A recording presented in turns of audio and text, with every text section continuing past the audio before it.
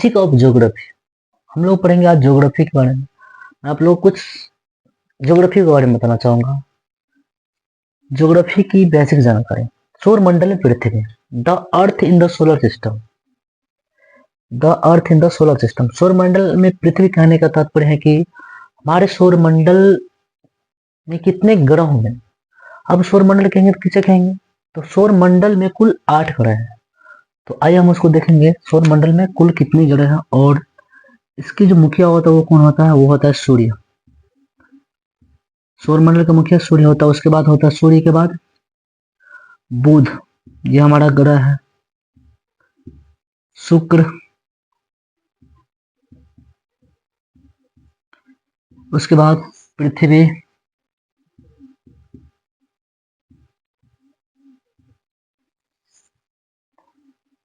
मंगल,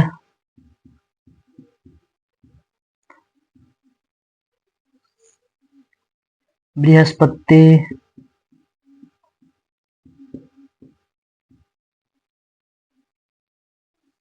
शनि,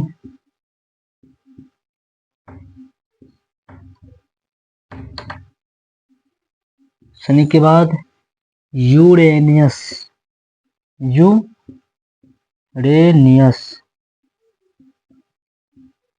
उनके बाद नेपच्यून, ये हमारा 8वां ग्रह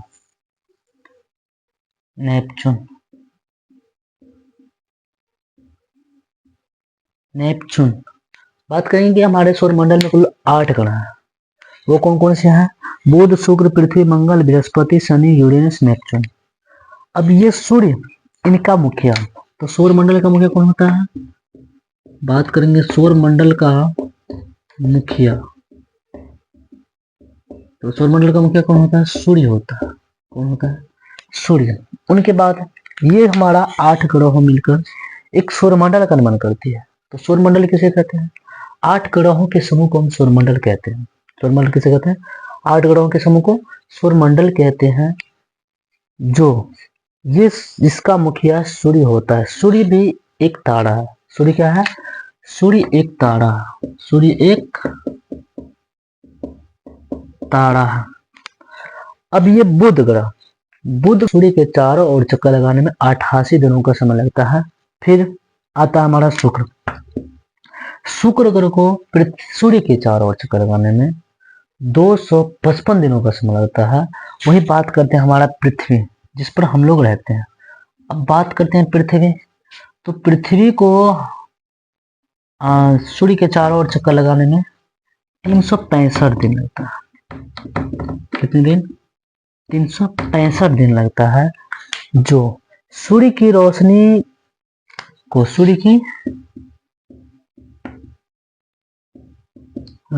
को पृथ्वी तक आने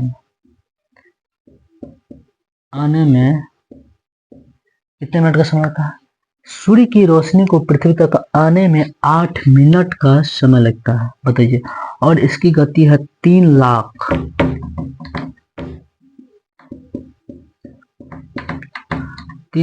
किलोमीटर प्रति सेकंड की रफ्तार से सूर्य की रोशनी जब पृथ्वी की ओर चलता है तो इनकी गति है 3 लाख किलोमीटर प्रति सेकंड।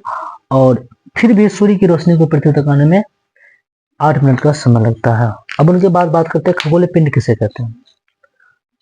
खगोलीय पिंड रात के समय सूर्य, चंद्रमा तथा वे सभी वस्तुएं जो हमें आसमान में चमकती हुई नजर आती है।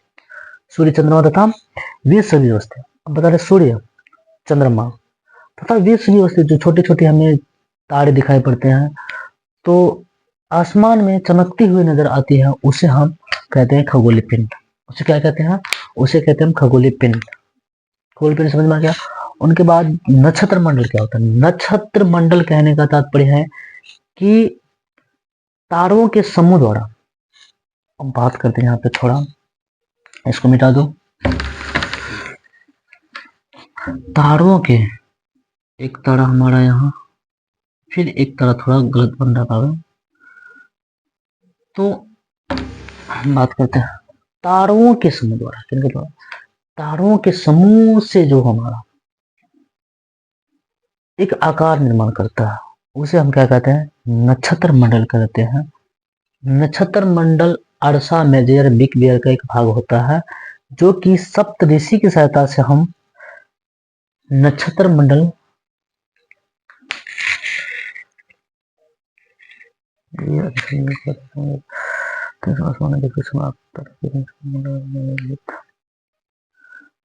रात्रि के समय आसमान में तारों के विभिन्न समूह द्वारा विविध प्राकृतिक चीजें आकृति बनाई गई, उसे हम नक्षत्र मंडल कहते हैं।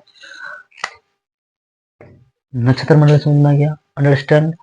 अब बात करते हैं नक्षत्र मंडल के बाद की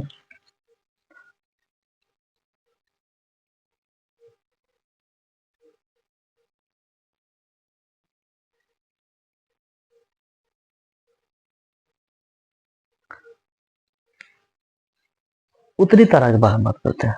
उत्तरी तारा उत्तर दिशा को इंगित करता है। उत्तरी तारा उत्तर दिशा को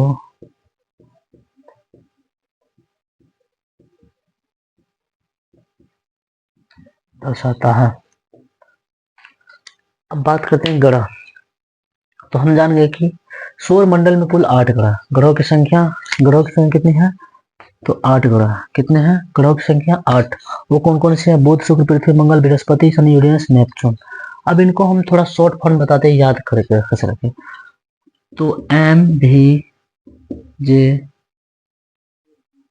एम सन, एम भी जे एम सन, एम भी ई एम, सॉरी एम भी ई एम, सॉरी एम भी ई एम जे सन, ये हम बात करते हैं। तो एम से बुध, शुक्र, पृथ्वी, मंगल, बृहस्पति, यूरेनस, शनि, नेपच्यून, ये हमारा 8 ग्रह याद रखने का। ठीक है, एम भी ई एम जे सन। एम से मरकरी, वी से वेन्यूस, ई से अर्थ, एम से क्या होता है जी, एम से मार्स, जे से जुपिटर, एम से मार्स, जे से जुपिटर, एस से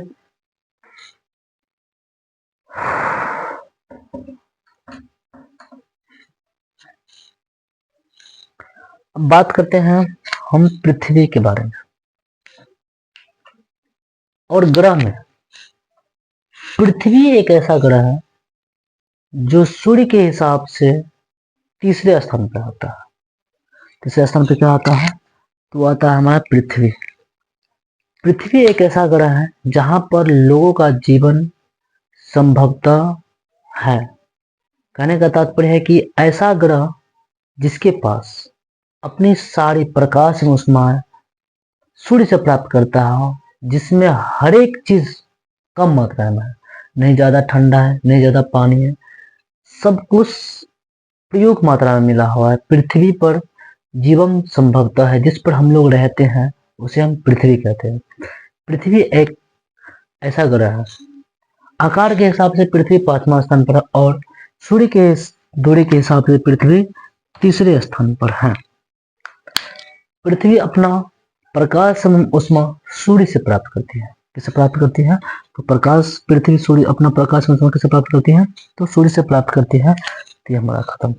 अब बात करते हैं सौरमंडल किसे कहते हैं। 8 ग्रहों के समूह को सौरमंडल कहते हैं। सौरमंडल किसे कहते हैं? तो ग्रहों के समूह को हम सौरमंडल कहते हैं। सौरमंडल का मुखिया सूर्य ही होता है। सूर्य को तारा भी कहते हैं, पहले बता चुके हैं। सूर्य को क्या कहते हैं? सूर्य को तारा भी कहते हैं। तो बिल्कुल आपको बेसिक चीजें हम समझाने वाले हैं। तो बात करते हैं चंद्रमा। चंद्रमा क्या है? जिससे हमें रोशनी प्राप्त होती है।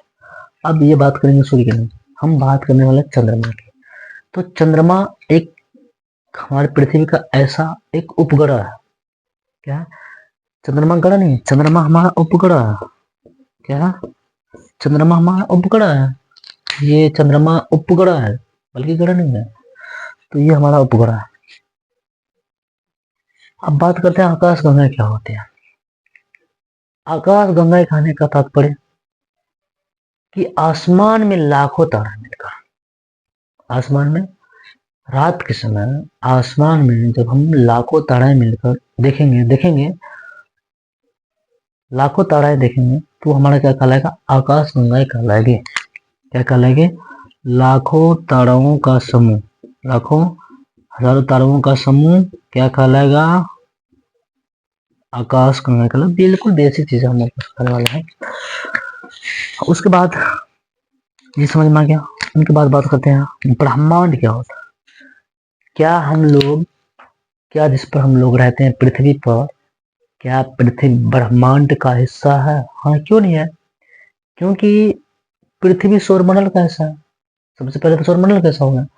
अब ग्रहों में से एक आध ग्रह था, 8 सॉरी पृथ्वी, तो 8 ग्रह मिलकर जब एक सौरमंडल का निर्माण करती है तो ये सौरमंडल एक ब्रह्मांड का हिस्सा होगी।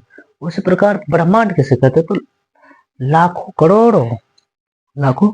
करोड़ों आकाश गंगाएं मिलकर, लाखों करोड़ों आकाश गंगाएं मिलकर एक ब्रह्मांड का निर्माण करते हैं। तो ये हमारा ब्रह्मांड, जिसकी उपमा नहीं की जा सकती। ब्रह्मांड कहने का मतलब पूरा ग्लोब, पृथ्वी जितना भी हो वो ब्रह्मांड कहलाते हैं। ये आपको बेसिक चीज समझ में आई होगी। बहुत अच्छा।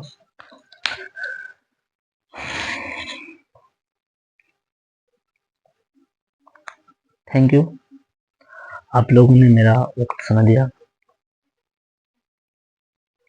आज के लिए इतना है, फिर हम लोग बात करेंगे अगले क्लास के बेच लेकर के आने वाले हैं। कल फिर हम लोग अगला क्लास, ये बेसिक चीजें आप लोग को समझ में आ गया होगा। The earth in the solar system कहने का मतलब सौर मंडल में पृथ्वी, आप लोग को ये सारा चीज कराया जाएगा। आप लोग बस निश्चित रहिए